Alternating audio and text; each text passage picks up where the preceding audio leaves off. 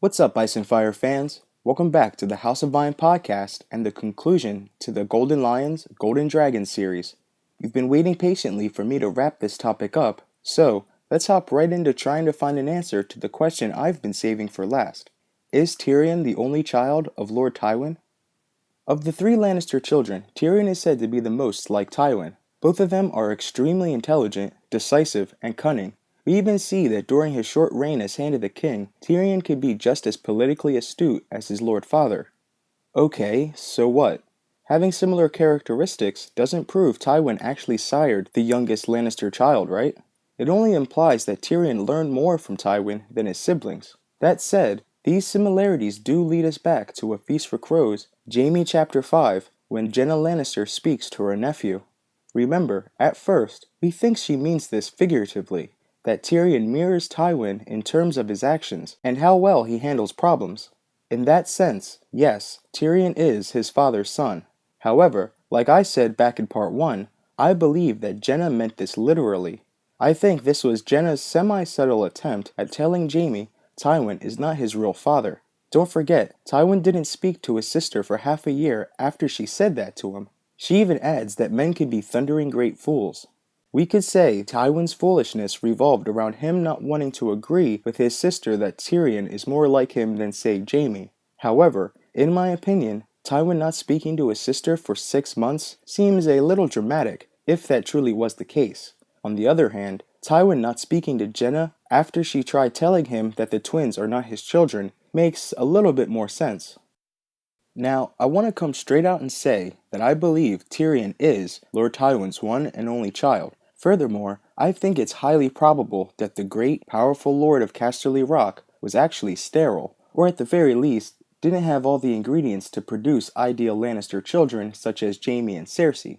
To explain how I arrived to this epiphany, we'll have to take a look at the House Lannister under the Dragons portion of the World Book. I'll be focusing on 4 specific generations of Lannisters, starting with Tywin's grandfather, Gerald the Golden, and his older brother, Tybalt. Tybalt and Gerald were the only children of Lord Daemon Lannister and Sarissa Brax, Tybalt being the heir to Casterly Rock. Their father, whom people called the Grey Lion, fell victim to the Great Spring Sickness in 210 AC, raising his heir to Lord. However, Tybalt's reign over the Westerlands would be a short one, beginning in 210 and ending in 212. Let's listen to another one of Maester Yandel's history lessons to get a better look at these two Lannister brothers. Following the Grey Lion's passing in 210 AC, his son Tybalt succeeded him as Lord of Casterly Rock, only to perish himself 2 years later under suspicious circumstances. A young man in his prime, Lord Tybalt left no heir of the body, save for a daughter, Sorel, 3 years of age, whose reign as Lady of Casterly Rock proved cruelly short. In less than a year, she too was dead, whereupon the Rock and the Westerlands and all the wealth and power of House Lannister passed to her uncle Gerald, the late Lord Tybalt's younger brother. So Yandel tells us that Lord Tybalt and his wife, Tiora Kindell, only ever had one child, a daughter named Sorella. Since Tybalt never produced a male heir, Sorella inherited all of her father's lands and titles until her death at the young age of 3, whereupon Gerald took over as ruler of the West. If you notice, the text specifically tells us that Tybalt was a young man in his prime, yet he only ever fathered one child, and he left no male children behind. By itself, this piece of information holds no significance, though it does serve as our first sign of breadcrumbs. Now let's continue reading about Lord Gerald, his 2 wives, and his children. A genial man known to be exceedingly clever, Gerald had served as regent for his young niece, but the suddenness of her death at such a tender age set tongues to wagging, and it was whispered widely in the West that both Lady Sorel and Tybalt had died at his hands. No man now living can say with certainty whether there was any truth to these whispers, for Gerald Lannister soon proved himself to be an exceptionally shrewd, able, and fair-minded lord, greatly increasing the wealth of House Lannister, the power of Casterly Rock, and the trade at Lannisport. he ruled the Westerlands for 31 years, earning the sobriquet Gerald the Golden. Yet the tragedies that befell House Lannister in the years that followed were proof enough for Lord Gerald's enemies. His beloved second wife, Lady Roanne, vanished under mysterious circumstances in 230 AC, less than a year after giving birth to his lordship's fourth and youngest son, Jason. We learn from Maester Yandel that Gerald's second wife, Rohan Weber, who you might remember from Duncan Eggs, The Sworn Sword, mysteriously disappeared soon after giving birth to their fourth son, Jason Lannister, Lady Joanna's father. You know who also disappeared, in regards to Yandel's history lesson that is? Gerald's first wife, Alysanne Farman. The only place we see her name is in the Lannister family tree. It is possible that she died, but since it is not mentioned specifically in the Lannister family tree, it's safe to assume that Gerald remarried after Lady Alysanne failed to produce him an heir. Considering Lady Rowan gave Gerald 4 children, all of which were boys, we're led to surmise that Alysanne was the problem, not Lord Gerald. This is where we find our second trace of breadcrumbs, and here's my reasoning. In the Greyjoys of Pike section of World, which, by the way, precedes the Westerlands section, so this should be fresh in your mind, we're told of how Dalton Greyjoy, the Red Kraken, captured Fair Isle during the dance. Dalton took 4 of Lord Farman's daughters as salt wives and gave the 5th daughter to his brother. The Red Kraken died without ever siring any true-born children, but had many with his salt wives.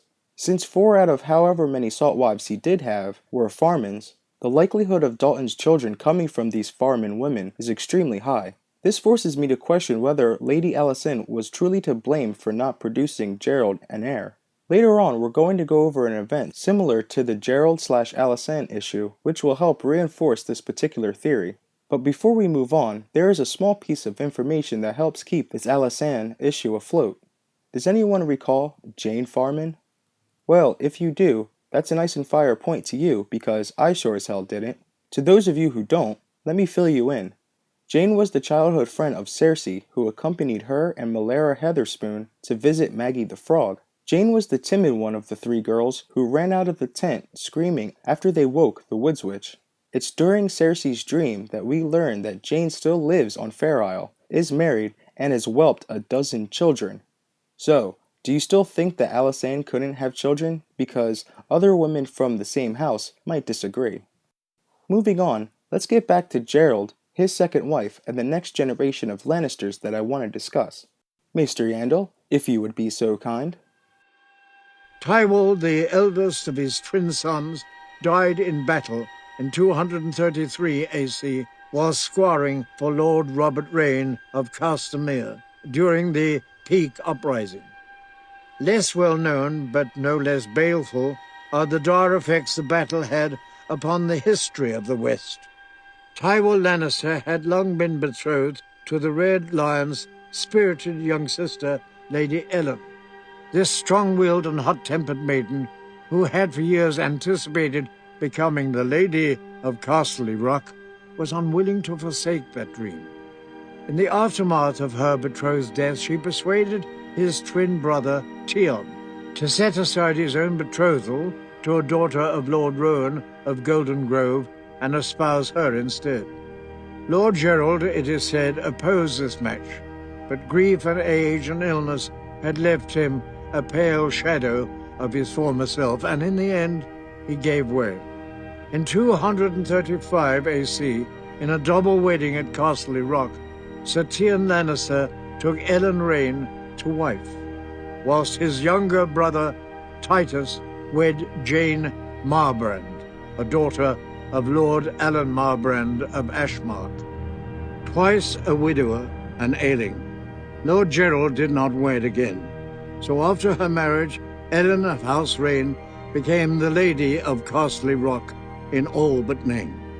As her good father retreated to his books and his bedchamber, Lady Ellen held a splendid court, staging a series of magnificent tourneys and balls, and filling the rock with artists, mummers, musicians, and reigns. Her brothers, Roger and Reynard, were ever at her side, and officers, honors, and lands were showered upon them, and upon her uncles, cousins, and nephews, and nieces as well. Lord Gerald's aged fool, an acerbic hunchback called Lord Toad, was heard to say, "Lady Ellen must surely be a sorceress, for she has made it rain inside the rock all year." In 236 AC, the pretender Daemon Blackfire, third of his name, crossed the narrow sea and landed upon Mass's Hook with bitter steel and the Golden Company, intent on taking the Iron Throne. King Aegon V summoned leal lords from all across the Seven Kingdoms to oppose him, and the Fourth Blackfire Rebellion began. It ended far more quickly than the pretender might have wished at the Battle of Wendwater Bridge. Afterward, the corpses of the Black Dragon slain choked the Wendwater and sent it overflowing its banks. The Royalists, in turn, lost fewer than 100 men, but amongst them was Sir Tywin Lannister, heir to Castle Rock. So the four sons of Gerald and Roanne were the twins Tywin and Tion, then Tytos, then Jason. According to the age calculation on the Ice and Fire wiki, the twins were born sometime between 211 and 219 AC. Now, we have no idea whether Tywin and Tion were identical twins or fraternal, since there is no description of either of them in the World Book. However, according to the U.S. National Library of Medicine, and I'm definitely paraphrasing here, having fraternal twins is hereditary, while identical twins are more of a luck of the draw type situation. Now yes, we have no idea how genetics work in this world. Putting that aside, Jaime and Cersei are fraternal twins, so this twin gene might have been passed down to them from Joanna's father, Jason, who are Tywin and Tion's youngest brother. We'll discuss this more later. We're told Tywin dies before wedding Lady Ellen Rain. However, Tion does marry her in 235 AC in a double wedding with his younger brother Tytos and a lady of House Marbrand. Sadly though, in the following year, Tion goes off and gets himself killed. Oh look, more breadcrumbs. Tion dies without ever fathering children. There is no way that a newly wedded man would go off to war without trying to make some kids. Lady Ellen wasn't preggo when he died. This is starting to give us an idea of where this trail of breadcrumbs is leading us. Maybe Tion couldn't have children. Well, more likely it was that he didn't have enough time. There seems to be a growing pattern in which Lannister men take a while to finally father Lannister boys. Now let's talk about the timing in which these children were born. We already know that Tywin Lannister was the firstborn along with his twin, Tion. As of 211, Roanne is not married to Gerald. However, it is possible that Roanne marries Gerald in that year, meaning, technically, 211 AC is the first possible year for the twins' birth. That said, they were probably born somewhere in between. Tytus was born in 220, with Jason born 9 years later, so I'm thinking the twins were born earliest 213, 214 AC. Okay, so let's stop for a second, listen to another passage, then we can continue discussing Lady Ellen, Tytus, and his wife, Jane Marbrand. The loss of the second of his glorious twins might well have been expected to break their grieving father, Lord Gerald. But curiously, the opposite seemed to be the case. As Sir Tyrion's body was laid to rest within Castle Rock, Gerald the Golden roused himself and took firm hold of the Westerlands once more, intent on doing all he could to prepare his third-born son, the weak-willed and unpromising boy Tytus, to succeed him. The reign of the Rains was at an end. Lady Ellen's brother soon departed Castle Rock for Castamere, accompanied by many of the other Rains. Lady Ellen remained, but her influence dwindled, while that of Lady Jane grew. Soon the rivalry between Sir Tyrion's widow and Tytus's wife became truly ugly, if the rumor set down by Maester Belden can be believed. Belden tells us that in 239 AC, Ellen Rain was accused of bedding Tytus Lannister, urging him to set aside his wife and marry her instead. However, young Titus, then 19, found his brother's widow so intimidating that he was unable to perform. Humiliated, he ran back to his wife to confess and beg her forgiveness. Lady Jane was willing to pardon her young husband, but was less forgiving of her good sister, and did not hesitate to inform Lord Gerald of the incident. Furious, his lordship resolved to rid Castle Rock of Ellen Rain for good and all by finding her a new husband. Ravens flew, and a hasty match was made. Within the fortnight, Ellen Rain was wed to Waldron Tarbuck, Lord of Tarbuck Hall, the florid 55-year-old widowed lord of an ancient, honourable, but impoverished house. Ellen Rain, now Lady Tarbuck, departed Castle Rock with her husband, never to return. But the rivalry between her and Lady Jane was not at an end. If anything, it seemed to intensify through what Lord Toad came to call the War of the Wombs. Though Lady Ellen had not been able to give Sir Tyrion an heir, she proved more fertile with Waldron Tarbuck, who, it should be noted, had a number of older sons from his first two marriages. With both of Titus's older brothers dead, he would become the next Lord of Casterly Rock upon his father's death. Lord Gerald had been out of the ruling game for some time, but after putting his second son to rest, he came back into the fold so he could prepare Titus for the position. When Tyrion was alive, Lady Ellen held a lot of sway within their borders. After her husband's death, she remained at the Rock, but her influence dwindled. Then we get this story of how she tried to seduce Titus, but Titus just couldn't get it up because she was too intimidating. Then he goes and runs off and tells his wife and begs for forgiveness. Lady Jane does forgive him, but she demands Lady Ellen be sent away. Ellen then gets remarried to some old-ass lord and immediately gives birth to a child. Then the text specifically tells us he had a number of other sons from a previous marriage, meaning there wasn't a rush to have more children with Lady Ellen, let alone 3. This takes us back to her marriage with Tyrion and their lack of children. I'm really starting to think that certain Lannister men have a few issues in the reproduction department. Also, this semi-love affair involving Ellen, Titus, and Jane is very similar to the one involving Aerys, Rhaella, and Joanna. The king and Joanna are caught, his sister wife forgives him, but demands Joanna be sent away. Alright, so we're at the halfway point. Let's move on. We get to the next generation, the children of Titus and Jason. Titus was 15 when he married Jane Marbrand. By this point in time, the Lannister numbers are pretty low, not to mention that Jason is only 6 at this time. Titus did father a very hefty brood. It is very strange that he waited 7 years to get those Lannister numbers back up. Titus was 2 and 20 when Tywin was born, in the year 242 AC. Then his siblings are born. Kevin in 244, followed by a girl, Jenna, in 245. Then 5 years later, they have another boy named Tyget. Then finally Garion in 255 AC, resulting in Lady Jane's death. Now, this definitely raises a few questions regarding Tywin and Garion as compared with Joanna's death following Tyrion.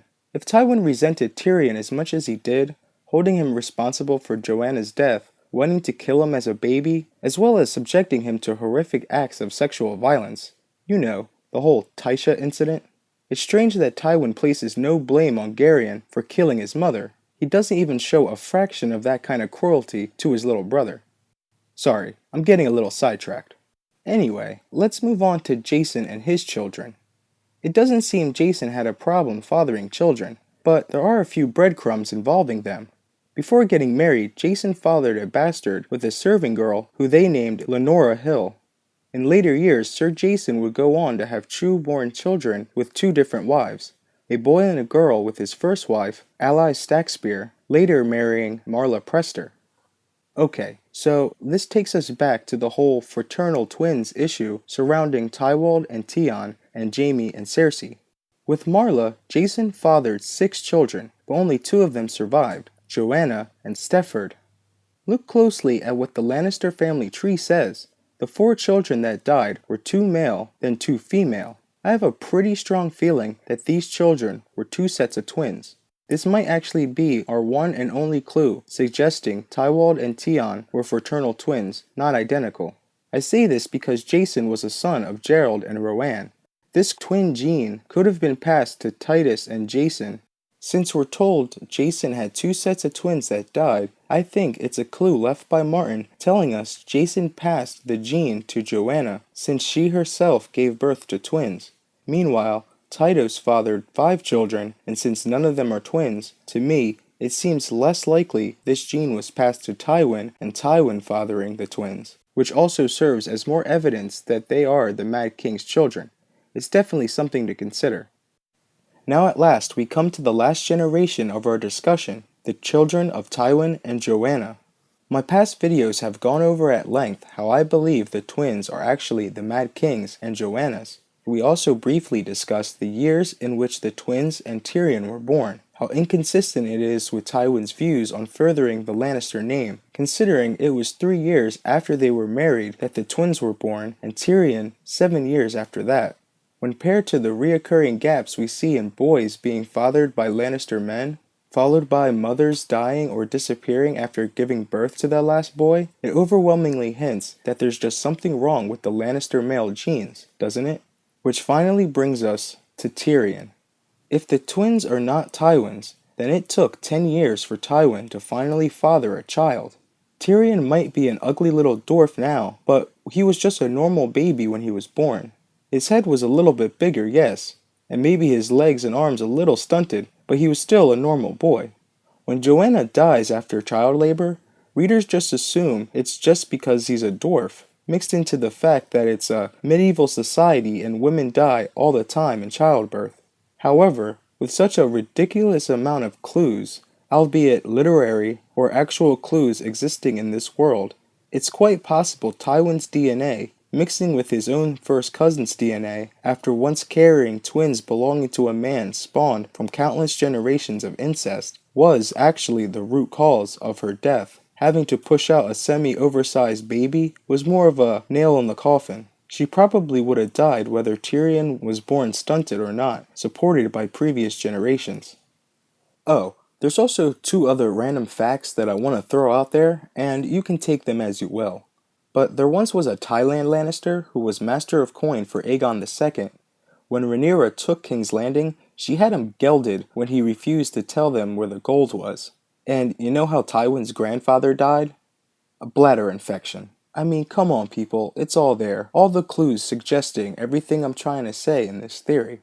Okay, so yes, there are plenty of holes through all of this. But you know how I'm sure Tyrion is Tywin's only son? Because it makes for an amazing story. Not just for Tyrion, but for the twins as well. Cersei, the woman who curses the gods for not being born a man, believing to be the only one who truly mirrors her father. And she does mirror her father, because, like her father, Aerys II, she's mad, cruel, extremely paranoid, and gets turned on by fire. Then Jaime, the knight sworn to protect his king, commanded to murder his own father, then actually killing his own father by putting a sword through his back. And Tyrion, the dwarf's son, hated by his father, the man who refused to name him as his heir, never treating him like a true-born son, telling him, "You are no son of mine." But "That is where you're wrong, father. Why, I believe I'm you, writ small. Do me a kindness now, and die quickly. I have a ship to catch." For once his father did what Tyrion asked him. The proof was the sudden stench, as his bowels loosened in the moment of death. Well, he was in the right place for it, Tyrion thought. But the stink that filled the privy gave ample evidence that the oft-repeated jape about his father was just another lie. Lord Tywin Lannister did not, in the end, shit gold. And that is why I believe Tyrion is the Golden Lion and Jaime and Cersei the Golden Dragons. So there we have it, folks. 7 hells. This fan theory was a bitch. There's so much material to consider, but now that the series is finished, what do you think? Let me know in the comments below. Go ahead and pick holes through this theory and let me know what I left out or what I should reconsider. Oh, and as for what I got coming up next, I haven't forgotten about the Euron Greyjoy biography, plus I'm going to wrap up the Kevan Lannister breakdown, followed by a new breakdown series. It will either be Catelyn 5, A Storm of Swords, or Bran 3, A Game of Thrones. Catelyn's chapter involves Robb naming his heir before the Red Wedding. Bran's is the chapter after his fall, his first dream with the three-eyed crow. Thanks for watching, and as always, share, like, and subscribe to stay updated and be the first to watch newly uploaded videos.